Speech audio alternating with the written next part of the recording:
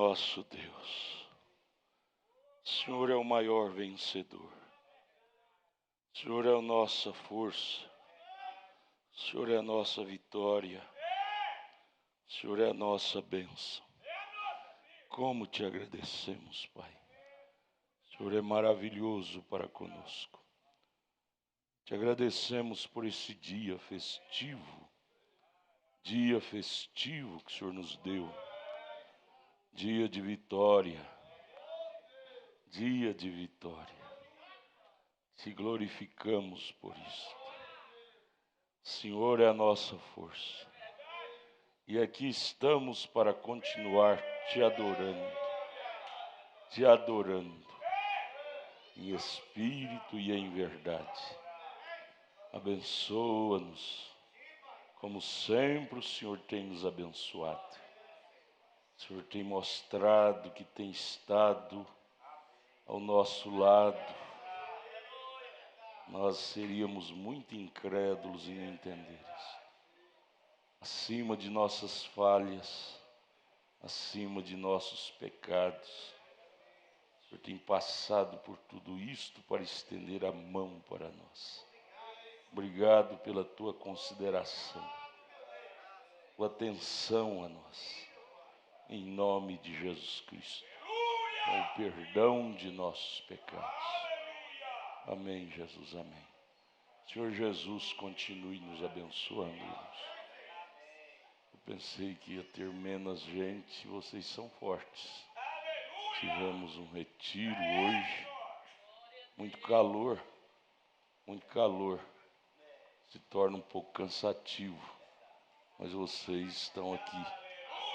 Parabéns por ver vocês aqui. Isso mostra o bom espírito que está em vocês. Obrigado pela consideração que vocês têm a esse Deus.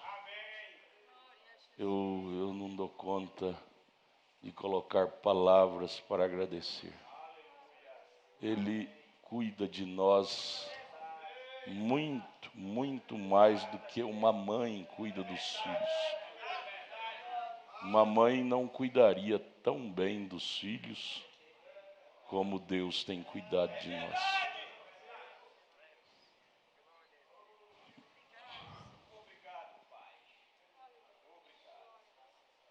Deus é bom.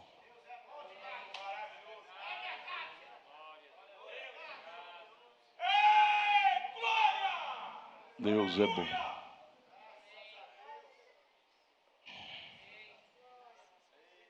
Deus é maravilhoso. Tivemos um retiro muito maravilhoso hoje, mas o diabo quis interferir. Aquele dedo sujo que ele tem, quis interferir. Tivemos o irmão Rafael Camelo, menino bom, quase que nascido e criado na igreja, brincando lá com os irmãos. De repente deu uma topada com o outro, foi para o hospital vomitando. O irmão Rafael, o pai dele me procurou, o irmão Manuel, e nós colocamos ele diante do sangue, da graça. E agora me ligaram que ele já está em casa, passando bem. Jesus é maravilhoso, ele entra em cena. Tivemos a irmã Raquel, nossa filha, tenho tanta estima por estas irmãs, por estes irmãos. Trabalhou durante 3 meses para organizar esse lembrancinha para as crianças, para os adolescentes. Ela ama fazer isso, ela juntamente com a esposa do irmão Samuel e outras irmãs. Mas ela gosta também de brincar, ela é uma meninona. E ela foi brincar lá naquela pista lisa, lá naquela, gosta, um lazer. Só as irmãs brincam juntas. Coloca sabão e ela se joga, se não tiver muito governo, às vezes até tromba. Certo é que outra trombou nela e bateu na coluna dela e paralisou na hora, paralisada na hora. E aí eles passaram, eu vi aquela correria para lá, para cá, para lá, para cá. Eu falei, o que foi? A mãe Raquel está lá paralisada, bater na coluna e paralisou ela. Tão forte foi a pancada que ela começou a chorar de dor e ficou paralisada, teve que tirar, arrasta ela. Na mesma hora, Satanás me veio, de minha presença, me mostrou ela na cadeira de roda. Aí eu fui lá no inferno, e sentado lá junto com o irmão Daniel, ele estava lá, até esperar a hora certa. E quase que me explodiu dentro de mim. Quase que me explodiu. Pela angústia, falei, não pode. Não pode.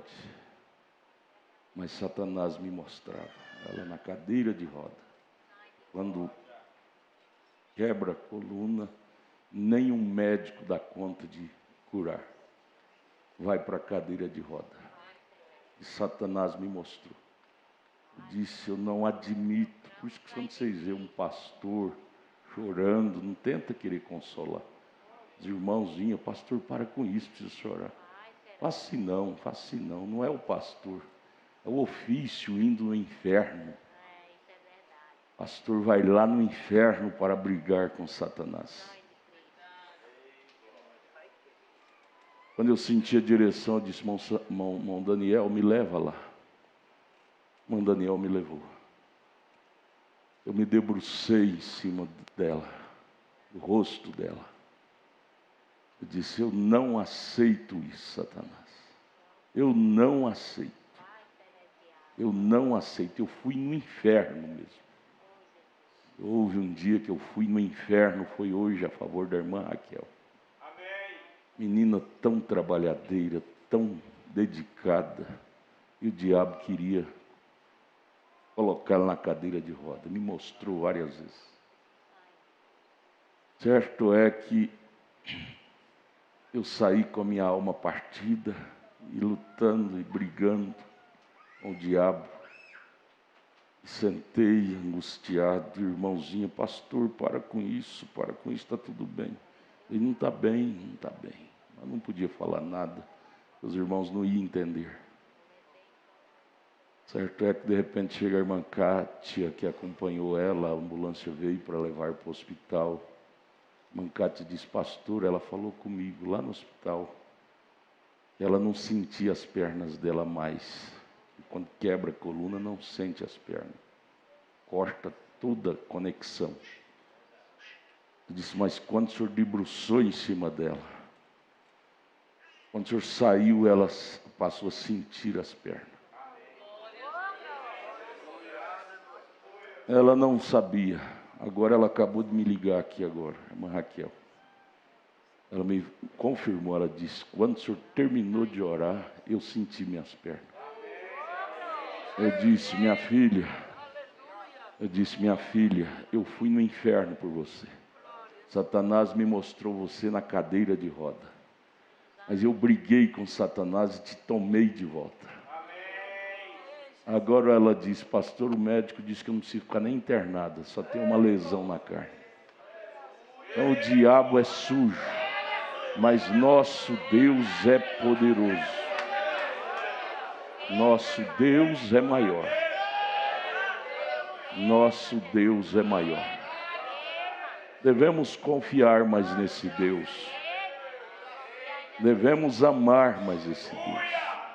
Devemos considerar mais esse Deus.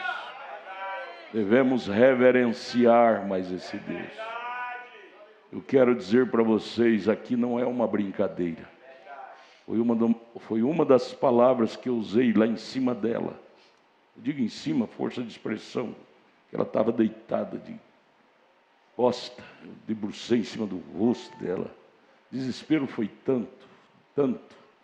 O diabo me tinha mostrado ela na cadeira de roda e aquilo me rebentou tudo por dentro. Uma das palavras que eu usei para Satanás, eu disse: Satanás, nós não estamos aqui num piquenique, numa brincadeira, nós estamos aqui num lazer dos filhos de Deus, um lazer cristão. Estamos aqui por uma direção, nós não estamos aqui por uma brincadeira. Eu fui no inferno por ela. Jesus resgatou ela de volta. Ela não vai ficar nem internada, ela já vai voltar com seu marido. Depois seu filho chorando me abraçou, dizendo: pastor, eu vi 2 vezes a ambulância carregar gente. Foi meu avô e minha, não sei quem outro que ele falou. Avó. Mas quando levou, nunca mais trouxe com vida. Aquilo me arrebentou de novo por dentro. Disse: meu Deus, esse menino está traumatizado. Disse: meu filho, eu agarrei ele, disse: meu filho, tenha calma. Tenha calma. Há momentos que vocês não sabem de nada. O pastor é como pai de família. Ele vai ao inferno e luta com demônios. E certo é que a irmã Raquel já vai voltar para casa. Vamos dar glória a Deus.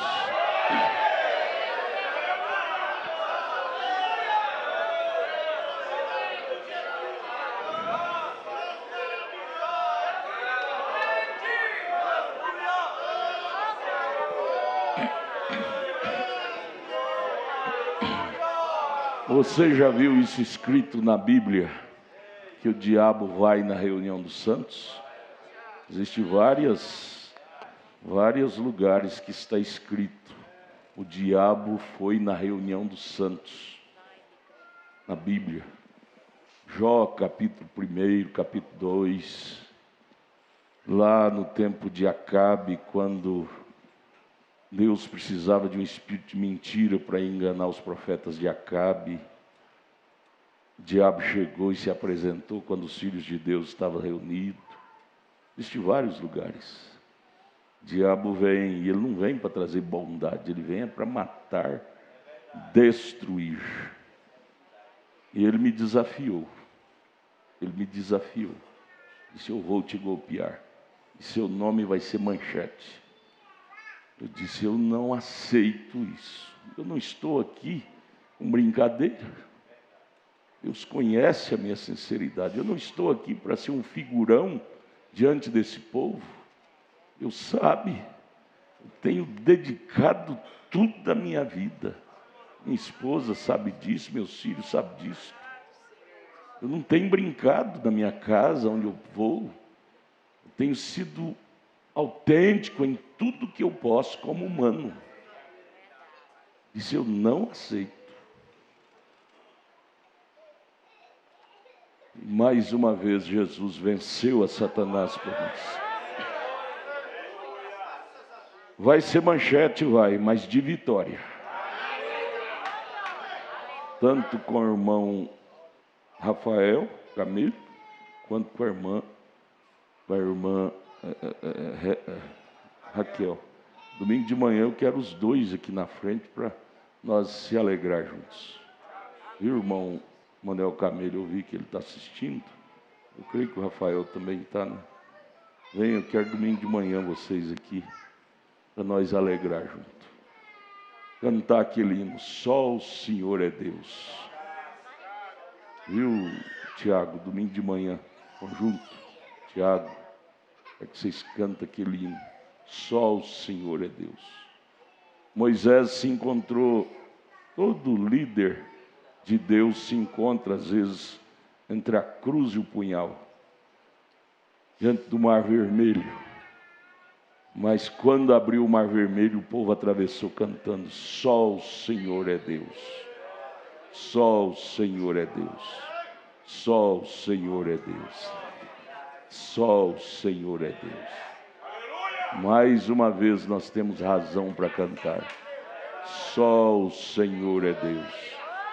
Vamos dizer juntos: só o Senhor é Deus. E o bom é que é como João disse: no que é verdadeiro nós estamos. O irmão Brana diz: quando você está na verdade e o diabo tenta trazer problema, fique tranquilo, Deus pelejará por ti. Fique tranquilo, Deus pelejará por ti. Eu sei que o diabo me odeia, eu sei. Mas graças a Deus que ele me odeia. Terrível seria se ele me amasse, seria terrível. Eu também não gosto dele. Ele é sujo. Sujo. Mas eu tenho um Deus que me protege contra ele. Vamos ficar de pé, vamos ler a Bíblia. Vamos dizer graças a Deus pela vida da irmã Raquel, pela vida do irmão Rafael. Amém. Amém, irmãos. Vamos ser mais agradecidos, gente. Nós temos razão sobeja para ser um povo super agradecido. Deus peleja por nós. Hebreus 10. Porque tendo a lei a sombra, vamos prestar bem atenção nessa colocação, sombra não é o real. Quando uma pessoa chega e o sol está batendo dela para cá, a primeira coisa que você vê é a sombra da pessoa. Depois você vê a pessoa. Então a lei é a primeira coisa que surgiu, sombra. O real, que é a pessoa física de Deus, veio depois, Jesus. Viu? É simples, só buscar as coisas simples, você entende as coisas espirituais. Não sei por que tem que estudar teologia para captar essas coisas tão simples. Tão simples. Uma criação, uma pessoa vindo. Primeira coisa, se o sol está batendo de lá para cá, primeira coisa que eu vou ver é a sombra. Primeira coisa que Deus deu a conhecer foi a sombra, que é o Velho Testamento. Mas aproximando mais ele para nós, ele mostrou a pessoa dele, que é Jesus. Aleluia! Porque tendo a lei a sombra dos bens futuros, e não a imagem exata das coisas, não era o literal, né? Físico, nunca pelos mesmos sacrifícios que continuamente se oferecem cada ano, pôde aperfeiçoar os que a ele se chegam. Sombra não pode aperfeiçoar, não. De outra maneira teria deixado de se oferecer, porque purificados uma vez os ministrantes, se aquilo fosse real, nunca mais teriam consciência do pecado. A palavra consciência quer dizer desejo. Nesse sacrifício, porém, o que acontecia? Cada ano se fazia comemoração dos pecados. O penitente tinha que ir com um novo cordeiro ou um novo cabrito para oferecer talvez pelos pecados, como era sempre. Verso 4.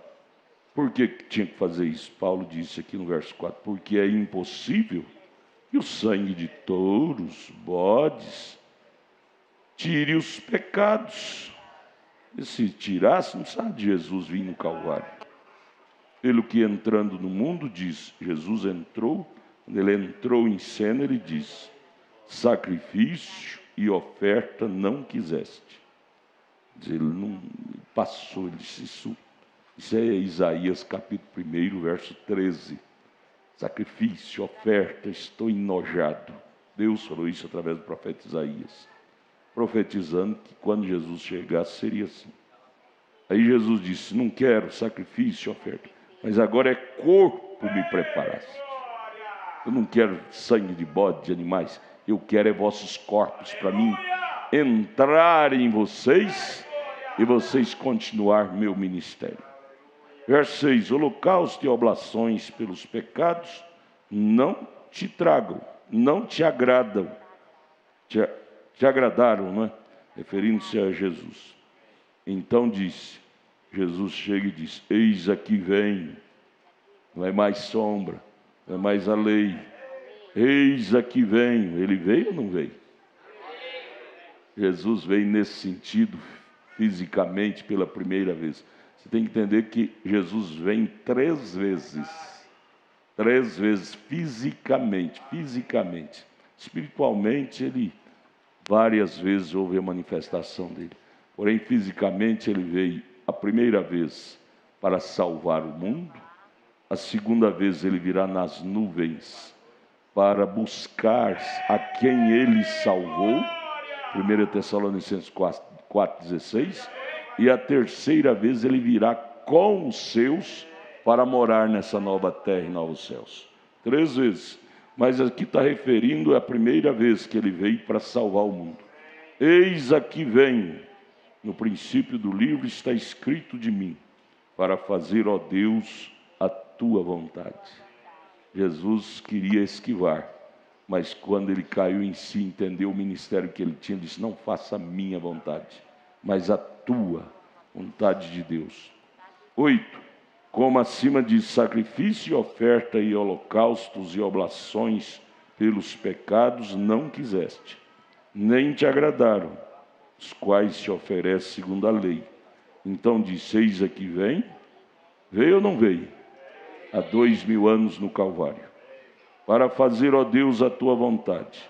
Aí disse então: tira o primeiro, quer dizer, a sombra, para estabelecer o segundo, quer dizer, o literal corpo físico, Jesus Cristo, na qual vontade temos sido santificados, não pela nossa habilidade, santificados pela oblação minha, do seminário, não, do corpo de Jesus Cristo, feita cada ano, uma só vez.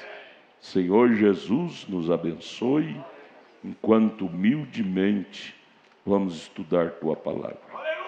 No nome de Jesus, amém. Podeis assentar. Deus abençoe os irmãos que nos visitam, as irmãs ali, chegaram agora. Deus abençoe. Nós estamos estudando a mensagem pregada pelo profeta de Deus, com o título Perfeição.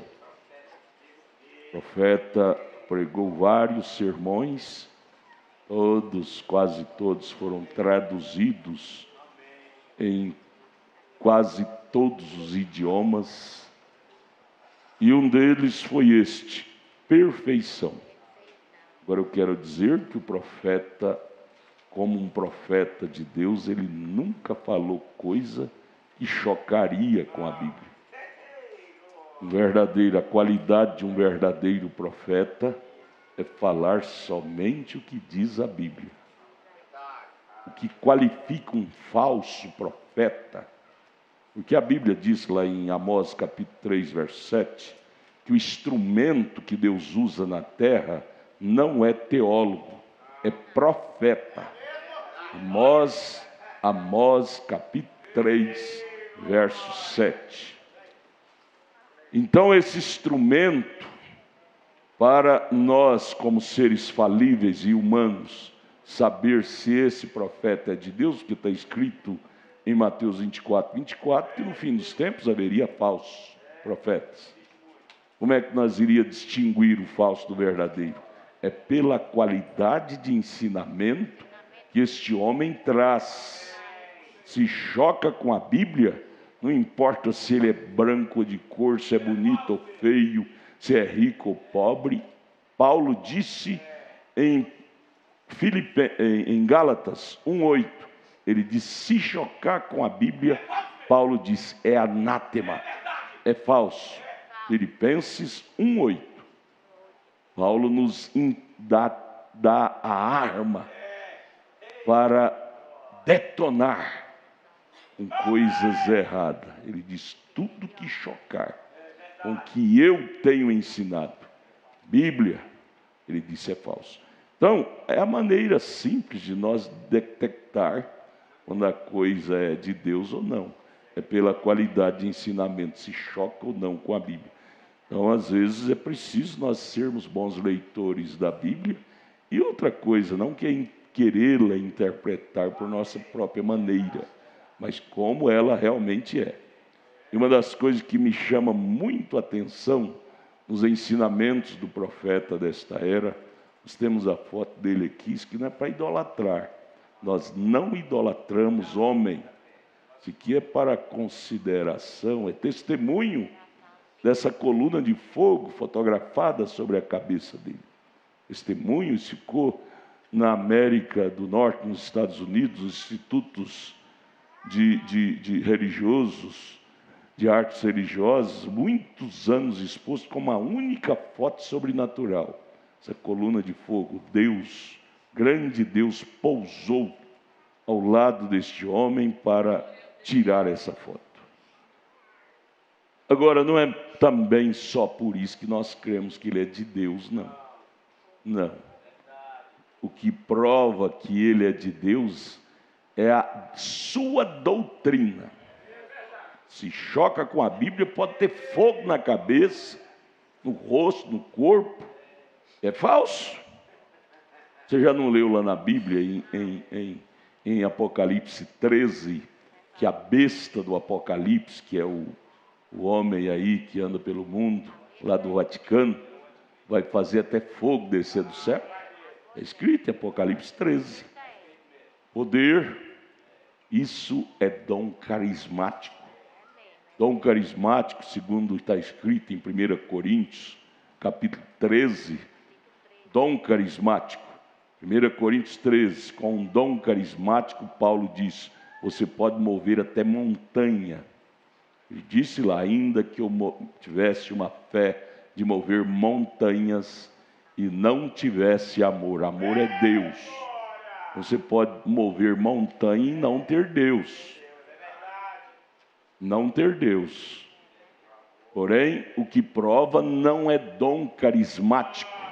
Estamos num mundo cheio de pregadores com dons carismáticos e sendo idolatrado, e as pessoas engolem com casca e tudo, sem ter discernimento na doutrina que eles estão ensinando. O que nos leva para o céu não é dom carismático. Não. Se dom carismático levasse as pessoas para o céu, gente, o mundo teria que estar tudo no céu. Hoje todo mundo tem dom carismático. O mundo virou o inferno por causa disto. As pessoas acostumaram com o dom e não buscam mais o doador. A palavra dom é um presente. Eu posso dar essa Bíblia para você, você tem meu presente contigo, mas você não tem a mim contigo. A Bíblia disse lá em Salmo 68, verso 18, Romanos capítulo 11, verso 29, que Deus deu dons aos homens. Dons, e aí em Romanos 11, 29 chega a dizer, Deus deu dons até para rebeldes. Jesus confirma isto em Mateus 7, 22.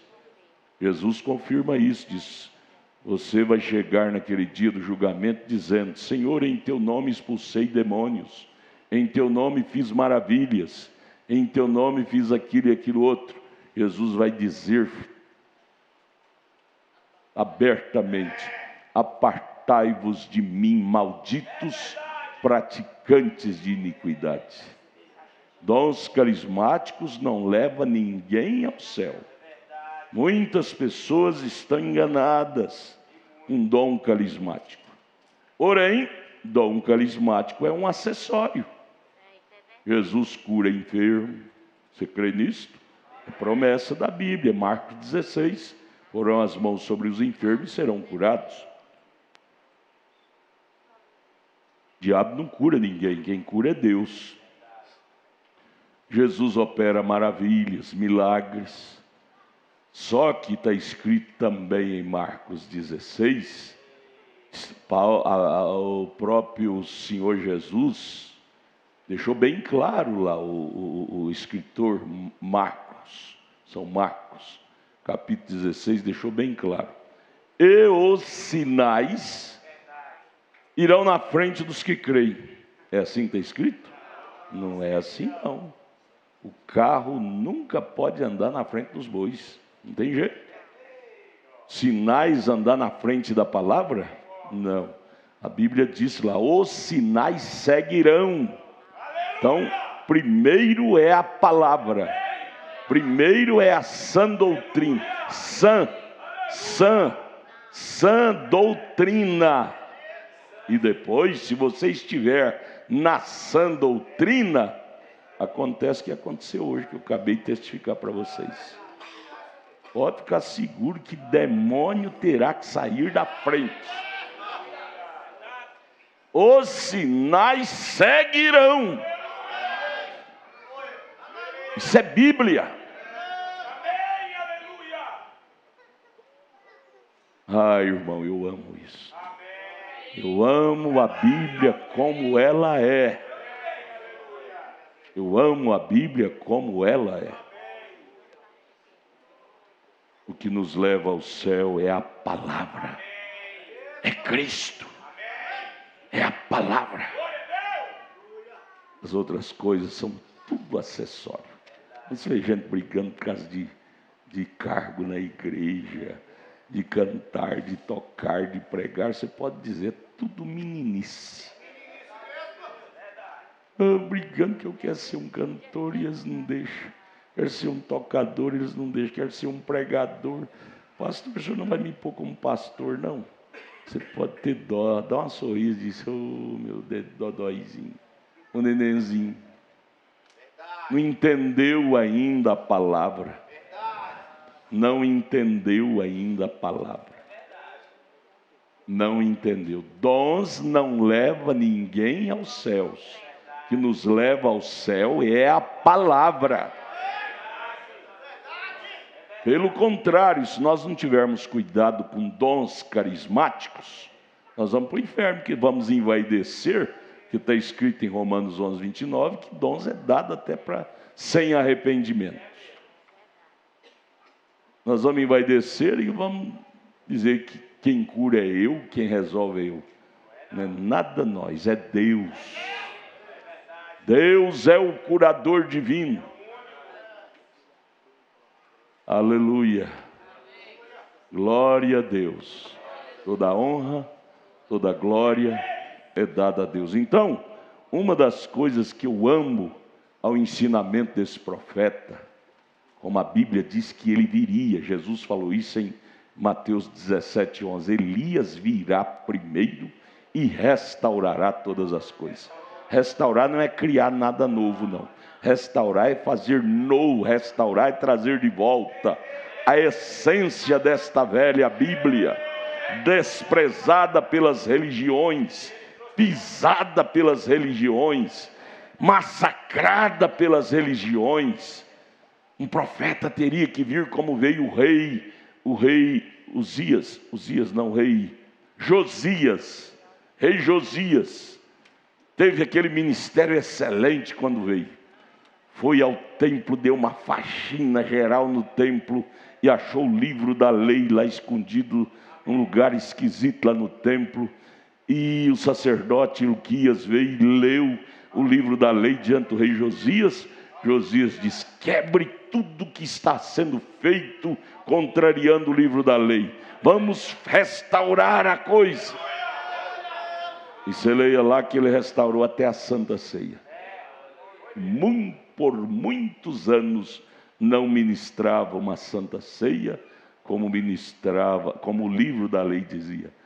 E uma das coisas que esse profeta veio também trazer, esse livro da lei que é a Bíblia, que as religiões infelizmente têm pisado em cima, passado por cima, trocado ela por interpretações privadas de teologia e pregadores sem Deus. Profeta William Marion Branham, Elias, arrancou esse livro lá do lixo que estava, lixo religioso, deu uma limpada e diz, vamos ler a Bíblia. Vamos ler a Bíblia. Vamos obedecer o livro da lei. Como o rei Josias restaurou a ceia, esse profeta viu, mostrou para nós, está aqui na Bíblia. Eu não vim trazer nada novo. Batismo em nome do Senhor Jesus Cristo, Não é eu que estou trazendo, não, está aqui, ó. O que esse profeta veio foi só pôr o dedão na Bíblia e mostrar para nós, está aqui, ó. Porque restaurar não quer dizer criar coisa nova. Como esse povo aí, chamada terceira puxada, diz que isso é restaurar, criar novidade. Restaurar é fazer vivo aquilo que já está na Bíblia. Uma das coisas, o batismo em nome do Senhor Jesus, o profeta disse aqui, não é título, Pai, Filho e Espírito Santo. Você não vê nenhum episódio na Bíblia, pessoas batizando nos títulos Pai, Filho e Espírito Santo. Todos os batismos realizados foi obedecendo a ordem de Mateus 28, 19. Jesus foi muito claro lá. Ide, fazei discípulos de todas as nações, batizando-as em nome. Ele pediu nome. Por exemplo, eu sou pai, eu sou filho, eu sou espírito, mas meu nome não é pai, meu nome não é filho, meu nome não é espírito. E outra coisa, isso é ofício que eu tenho, 3 ofícios. Mas eu não sou 3 pessoas. Vocês estão me vendo 3 homens aqui em cima do púlpito? Que tem 3 adaltos? Meu nome não é pai, meu nome não é filho, meu nome não é espírito. Porém eu tenho esses 3 atributos. Eu sou pai, porque eu tenho filho. Eu sou filho, porque eu tenho um pai, nasci de um pai. E tenho espírito, porque espírito é vida. Mas vocês não estão vendo 3 homens. E meu nome não é esse título. Meu nome é Adalto Mateus Vitória. Assim é Deus, Ele é Pai porque nos criou, Filho que se fez carne, porque Deus sendo Espírito, Espírito não sangra, e a própria lei dele exigia, sem derramamento de sangue não há remissão do pecado. Teve que se fazer carne e ir ao Calvário para sangrar, para nos restaurar, trazer de volta para Ele. E é Espírito, porque Deus é Espírito Santo. Mas não é 3 pessoas distintas. Ele é 3 em ofício. Em ofício. Porém o nome dele não é pai também não. Como o meu nome não é pai. O nome dele não é filho também não. Como meu nome também não é filho. O nome dele não é espírito também não. Como o meu nome também não é espírito. O nome dele está escrito em Atos 4, verso 10, 12. Embaixo dos céus, em cima da terra, não há outro nome dado aos homens pelo qual deveis ser salvo, senão este Senhor Jesus Cristo. Único nome de redenção, nome de salvação. Não é Buda, não é Maomé, não é William Branham, porque já tem ismo por aí dizendo que é William Branham. Isso é falso. Não é isto. Único nome é Senhor Jesus Cristo. Este profeta veio nos ensinando estas coisas. Por isso que eu amo a mensagem dele, porque isso é Bíblia. Ele não vem ensinando coisa própria, ele vem ensinando a Bíblia. Não tem jeito de não ser feliz em estar nesta mensagem. Somos um povo tão feliz, gente. Tão feliz. Nós podemos cantar aquele hino. Nós somos aquele grupo que podemos cantar aquele hino antigo. Ó, quão cego eu andei e perdido vaguei pelas denominações, pelas religiões, longe do meu Salvador. Mas agora Ele veio e abriu meus olhos e eu posso ver a Cristo de uma maneira transparente, cristalina. Nós somos o grupo da terra que podemos cantar este hino. Oh, quão cego eu andei. Eu era cego, mas agora vejo. Eu era cego, mas agora vejo.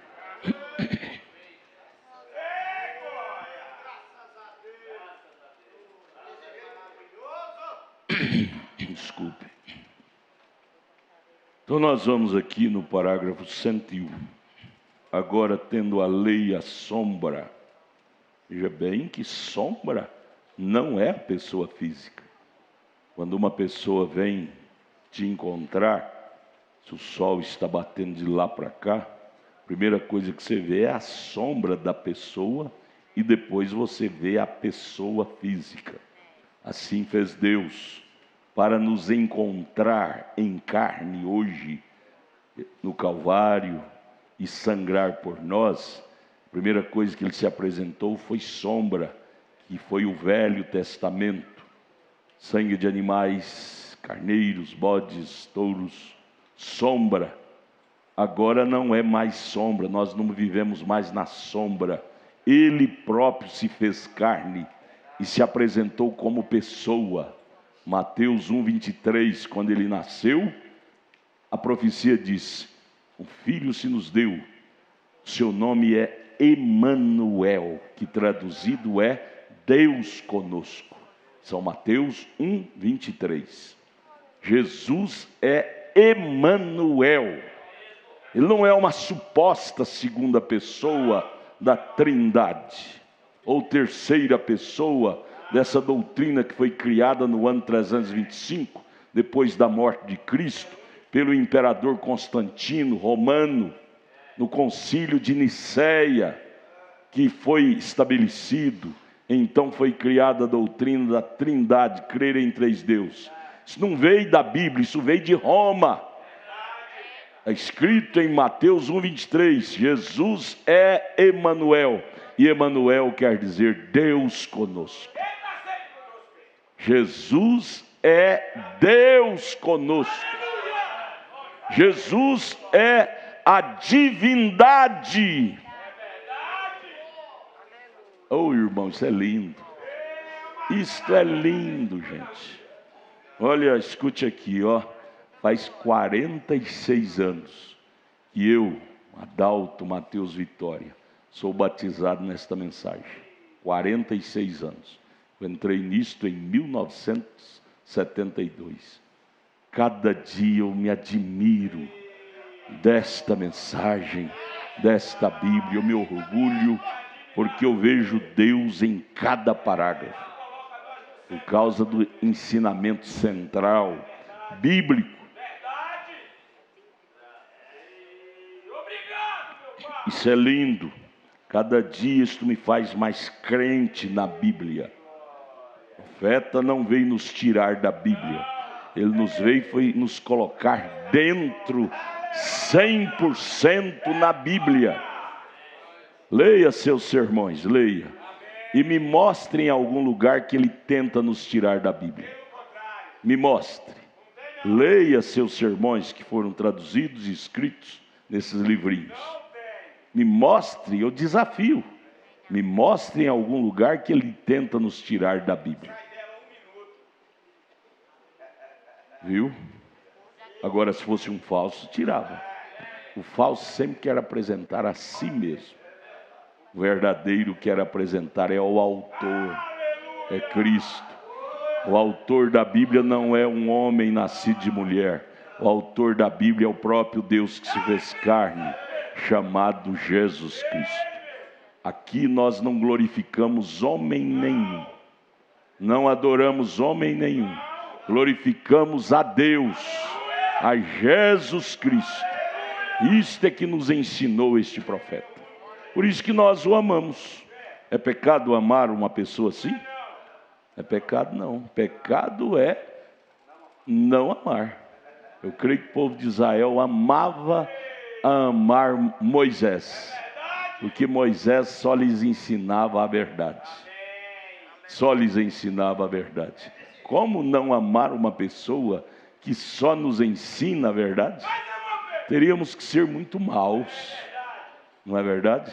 Muito maus. Mas vamos lá, é o parágrafo 101. Nós já lemos em outras reuniões. Toda sexta-feira nós temos esses estudos. Já lemos em outras reuniões e paramos no último culto de sexta-feira passada, nos parágrafos 101, página 15. Parágrafo 101, o profeta disse: agora tendo a lei. Ele está nos lembrando aqui da Bíblia onde lemos. Isso está em Hebreus, capítulo 10, viu? O profeta está comentando do que Paulo escreveu aqui em Hebreus 10. Agora, tendo a lei, a sombra, Velho Testamento fala da lei, e lei é sombra, não é o real. Nunca pôde fazer o adorador perfeito. Sombra é uma coisa, o real é outra.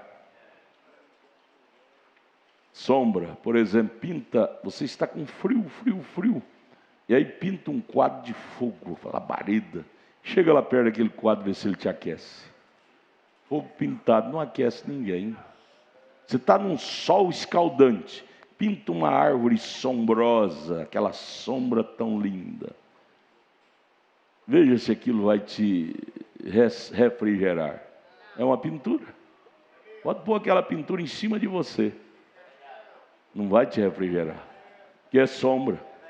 Se não for correr debaixo da árvore, literal mesmo, você vai te queimar tudo.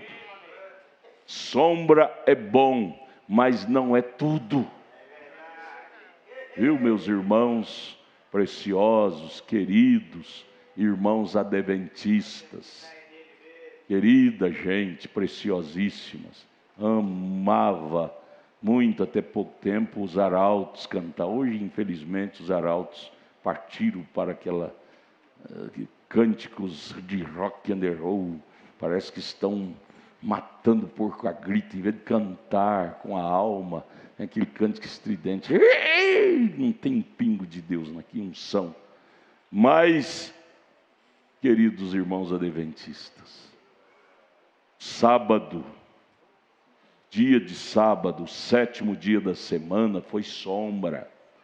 O real sábado é Jesus Cristo. Ele chegou, ele abriu os braços e disse: vinde a mim quem está cansado, e eu vos darei sábado. A palavra sábado quer dizer descanso. Eu vos darei sábado, descanso. Não é descanso de 24 horas como vocês têm no tempo da lei, na sombra. Agora o descanso que eu ofereço é eterno. Quem tem Jesus não precisa parar de trabalhar no 7º dia, que é o 7º dia da semana, e depois no 1º dia volta cansado de novo. Que falta de revelação. Quando você entra em Cristo, espiritualmente você recebe um descanso, um refrigério, e não é só 24 horas por dia, é segunda, terça, quarta, quinta, sexta, sábado, domingo, segunda, terça, quarta, quinta, é eterno. Não adianta. Para o 7º dia, e no 1º dia volta a pecar de novo. Pecar de novo. Não é por aí não. Sombra não aperfeiçoa ninguém. Por isso que as nossas irmãs adventistas corta-se os cabelos, anda com calças de homem, deixou a Bíblia de lado. A Bíblia condena a mulher a cortar o cabelo. 1 Coríntios 11. Se sombra fosse tudo como eles dizem que é, elas teriam aparência de santidade. Elas e o mundo é a mesma coisa. Sombra não aperfeiçoa ninguém. Precisamos dar um passo a mais para buscar o real, literal da coisa. Profeta, aí precisa de um profeta para dizer: vem, meu filho, vamos dar um passo a mais. Sombra não aperfeiçoa ninguém. Sombra não traz, não poupa você da caloria do sol. Você tem que ter a árvore literal para entrar debaixo dela. Tendo a lei a sombra, nunca pode fazer o adorador perfeito. Por que há imperfeição no mundo religioso hoje? Pecado, prostituição, sujeira, mentira. Hoje é me perdoe, mas às vezes eu prefiro fazer um negócio com um católico romano do que com um evangélico. Uma vergonha hoje. Perdeu o temor de Deus. Perderam o temor de Deus. Me perdoe, mas perdeu o temor de Deus. Porque vive baseado em sombras. Eu sou evangélico. Gente, rótulo não transforma ninguém. Rótulo de nome de igreja não aperfeiçoa ninguém. O que aperfeiçoa é você entrar em Cristo e Cristo entrar em você. Eu não quero saber de que religião você é. Eu quero saber se você entrou em Cristo. Quando você entra em Cristo, você muda de comportamento. Para de beber, de fumar, de prostituir, de adulterar, de roubar. Maria Madalena, quando Cristo entrou nela, você nunca mais vê história dela prostituindo. Você nunca mais vê história de Zaqueu roubando, de Jacó sendo um trapaceiro. O próprio filho de Jacó, José, queria que Jacó mentisse para Faraó. O papai, o Faraó odeia pastores de ovelha. Fala para Faraó que o senhor é pastor de gado, o senhor vai ter carta branca lá. Eu creio que o velho Jacó olhou para José e disse: ei, meu filho, de lá eu já vim. De trapaceiro eu já vim, meu filho. Sofri demais por alimentar aquele velho Jacó. Meu filho, se Faraó me quiser ir no Egito, é do jeitinho que eu sou. Não vou mudar minha crença para agradar o político Faraó de jeito nenhum. Que adianta eu agradar o homem e desagradar a Deus? De sofrer, eu já sofri demais no Vale de Jaboque. Enquanto eu estava sendo um homem intelectual, um crente intelectual, eu estava diante da morte. O Esaú vinha me matar. Aquele encontro pessoal com Cristo no Vale de Jaboque, meu filho, tirou aquele costume do velho Jacó. Meu filho, me perdoe, meu filho, eu não posso te obedecer nisso não. Quando chegou lá o Faraó e disse: escuta, bem-vindo, o senhor é o pai de José. José é um anjo aqui para nós. Bem-vindo, pegou na mão, deve ter abraçado, porque ele amava demais José. Viu o pai de José, disse: ó, esse vai ser gente de ouro também, como era, né? Como era, um cristão nunca é gente de barro, é de ouro, ouro de Deus. Vocês, José já me falou, porque o José é acima da perfeição, mas teve aquele arranhão. José já me falou que vocês são pastores de gado lá na Palestina, não é? Jacó disse: não, meu senhor, somos pastor de gado, não. Somos pastores de ovelha. José pode ter dito: papai, mas quantas vezes eu vi o senhor tendo uma mentirinha do gasto. Se é uma mentirinha do gasto, papai. O senhor tem carta branca aí com o Faraó. Ele disse, Jacó diria: meu filho, ó, desse tal de a mentirinha do gasto, eu já me sofri demais por conservá-la em mim. Quero ter nada de errado para o gasto. Isso vai me dar mais gasto. Seu servo é pastor de ovelha, majestade. Inclina aos seus pés, mas é com essa qualidade. Vou mentir para o senhor não. Mas Faraó amava demais José, engoliu, disse: não, em outras palavras, não gosto muito desse tipo de gente, mas o senhor é pai do José, pode vir, vem, fica aí, José vai colocar vocês no canto aí. Veja, você nunca mais viu Jacó mentindo quando ele entrou em Cristo. Você vê esses crentes, rica da lambaia, falam em língua estranha, dons carismáticos, no púlpito, mas lá fora você vê ele mentindo nos negócios, falando da vida alheia, namoriscando com a mulher do outro. Gente, o que é isso? Imoralidade no Evangelho? Não. Dons carismáticos não leva ninguém ao céu. O que nos leva ao céu é integridade com a Bíblia. Dons engana demais. Nós não somos salvos por termos dons. Aliás, você já estudou a biografia de João Batista? Você já viu em algum lugar João Batista tendo algum dom carismático? Mostre para mim. Onde foi que João Batista orou por alguém e foi curado? ou João Batista falou em língua, coisa assim. Não estou discriminando dom. Dom é acessório. Só que dom não é o carro-chefe para nos levar ao céu, não. Você nunca vê isso em João Batista. Seu ministério foi curto, mas Jesus disse que foi um dos maiores profetas nascido de mulher. Dons são acessórios.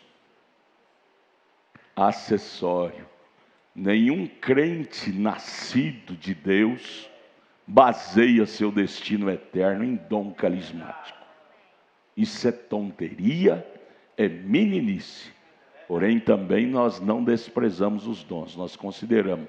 Porém, eles não são nosso carro-chefe. Nosso carro-chefe é a sã doutrina da Bíblia. Por que nós amamos muito esse profeta? Porque ele nos ensinou isto, carro-chefe. Carro-chefe não é dons carismáticos. Esse próprio profeta, só no ministério dele, através do dom de cura que Deus deu a ele, ressuscitou 5 mortos. 5 mortos. Mas ele próprio disse, se eu não atentar para essa palavra, eu vou para o inferno. Paulo falou isso em Coríntios. Paulo falou a mesma coisa em Coríntios 13. Ainda que eu falasse a língua dos homens e dos anjos e não tivesse Deus, que é amor, vem do grego, que trata-se do ágape. Ágape, amor ágape é o próprio Deus morando em nós. Ele disse, seria como sino que soa, como metal que tine, não valeria nada. Tendo dom carismático. Por isso que Paulo, terminando Coríntios 12, veja lá, você vai lendo Coríntios capítulo 12, verso 1, vai lendo, ele fala dos 9 dons carismáticos. Lá no último versículo do capítulo 12 de 1 aos Coríntios, Paulo disse assim, agora eu vos vou falar de algo maior. Depois dele falar sobre os 9 dons, são maravilhosos, proveitosos, mas por que ele usou essa frase? No último verso do capítulo 12, agora eu vou falar de coisas mais excelentes. Aí ele já entra no capítulo 13 de 1 aos Coríntios, ainda que eu falasse a língua dos homens e dos anjos, profetizasse e transportasse montes e não tivesse Deus. O que você quer dizer com isso, Paulo? É que você pode ter essas coisas e não ter Deus. Você pode ter os dons e não ter o doador. Você pode ter meu presente contigo e não ter a mim. Sabia? É desse jeitinho a coisa. Então Paulo está nos convidando para focar algo de maior valor, que é Cristo. Cristo não se trata de um mero dom carismático. Cristo se trata da Bíblia, da doutrina da Bíblia. Então é tempo de dar um passo a mais. Infelizmente, nossos irmãos pentecostais pararam nos dons. Pararam. Quando Deus estava naquele degrau dos dons, era maravilhoso. Eu lembro, eu era criança, eu lembro. As línguas eram verdadeiras, as profecias cumpria de fato. Eles não sabiam da vida do outro e profetizavam, e aquilo era verdade. Hoje virou uma coisa tão baixa. O outro sabe da vida do outro e começa, eis meu servo, tudo mentiraiada. De verdade, dali você tira talvez 2% ou 1%. Por quê? Porque Deus já deu um passo mais na frente. Você sabe que uma plantação, a semente, você planta o grão de milho. Vocês conhecem de plantação, não conhecem? Planta o grão de milho, aquela semente que você plantou na terra, ela se transforma em caule, logo nasce aquele caulezinho, aquela folhinha. O grão já acabou, que morreu, apodreceu, morreu. A casca, os genes, o pólen, se tornou naquelas 2 folhinhas de milho. E aquilo vai crescendo, caule, e depois logo aparecem as folhas do milho, e depois lá na ponta aparece um pendão, lavoura verdinha, bonita. Isso foi na era pentecostal.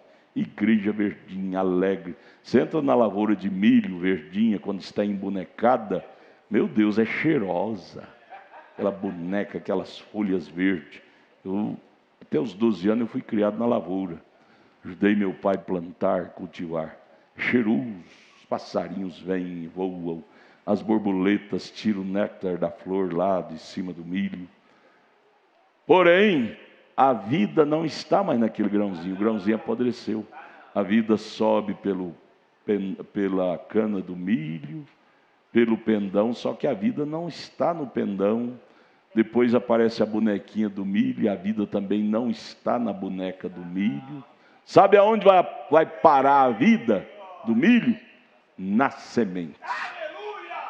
O grão de milho é a semente original do milho.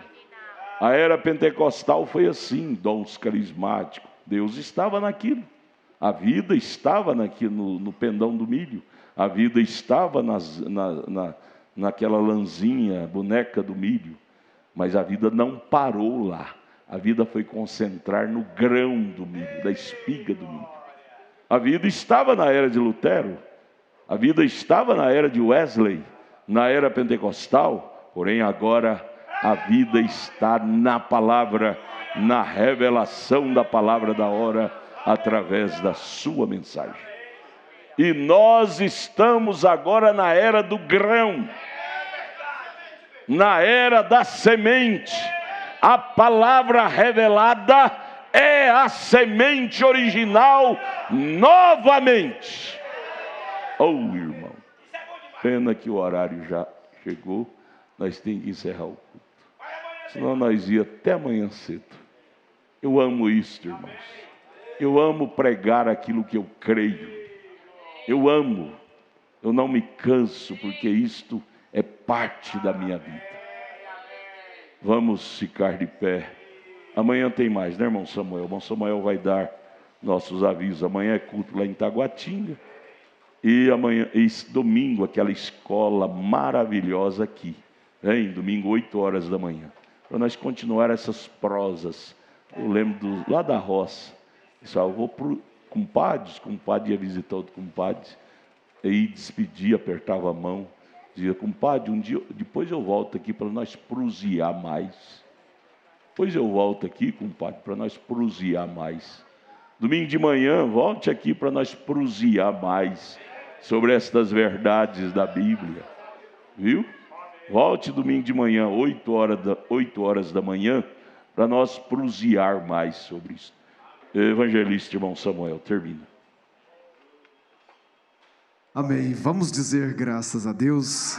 Graças a Deus, Senhor nosso Deus e Pai. Nós te louvamos, Pai, te agradecemos por este dia, por este culto, Senhor. Que mensagem que nós ouvimos nesta noite, Senhor. Ó Deus, continua, Senhor, com cada um de nós. Leva-nos em paz, guardados, protegidos para os nossos lares, Senhor. E que possamos, ó Deus, levar este culto dentro de nossas almas, dentro de nossos corações, e que isto possa estar vivificado a cada minuto, Senhor. Continue abençoando o nosso pastor, o ministério, para esta igreja. No nome do Senhor Jesus Cristo nós te pedimos e te agradecemos, ó Deus. Amém, Jesus, amém.